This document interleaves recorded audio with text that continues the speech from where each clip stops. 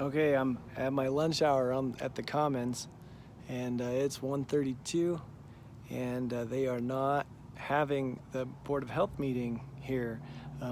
We have NBC over here on the other side is saying um, that's probably going to be postponed.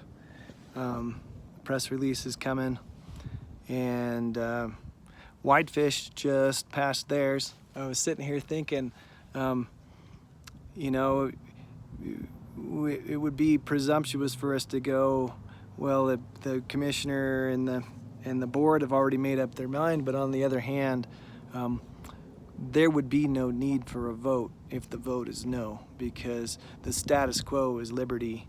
They have to have this illusion of this miscarriage of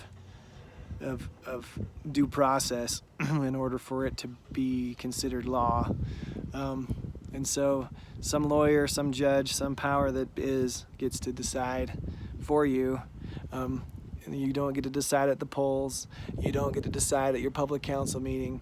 You don't get to decide until it comes to the day when where you do get to decide, and if you oppose them, then they get to collect your hard-earned money into their coffers by means of a fine. And if you don't like that idea, I suppose you could sue them, and their buddies get the legal fees, right?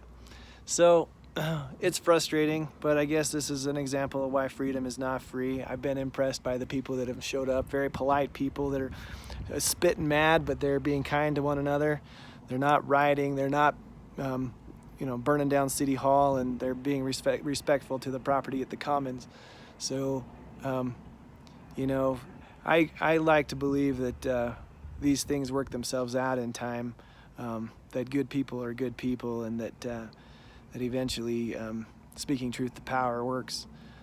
So speak truth to your power. If you are a fan of Governor Bullock, fine, good man, smart man, but guess what? He let us down. We owe his emergency orders, which I understand the pressure that he was under, to pass those, but those should be rescinded for the meantime so that this miscarriage of justice doesn't take place. I understand that the cases of COVID are rising. Of course they are. They're increasing testing. Whether or not those tests are valid, I don't know. Whether or not they're accurate is to be disputed.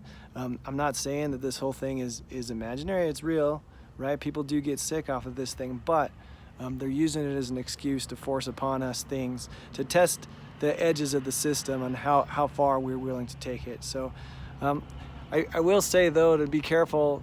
I don't know if they're whipping us all into a frenzy for us to take action and enact laws that are against our better interests. So be level-headed about the things. The other thing is I want to mention that Sheriff Goodkin is a upright, upstanding dude. We are not going to be in criminal trouble, at least not in the county. I can't speak for the city, right? For being reasonable and rational to our neighbors. So he made that clear today, and I feel very comfortable with that. So that being said, if anybody is watching, get involved, please. Be peaceful with your neighbor. Be reasonable, and then if you have the opportunity to sacrifice your time or your means so that we can get in the way of these funky laws, please do that. I'm pleading with you. Thank you.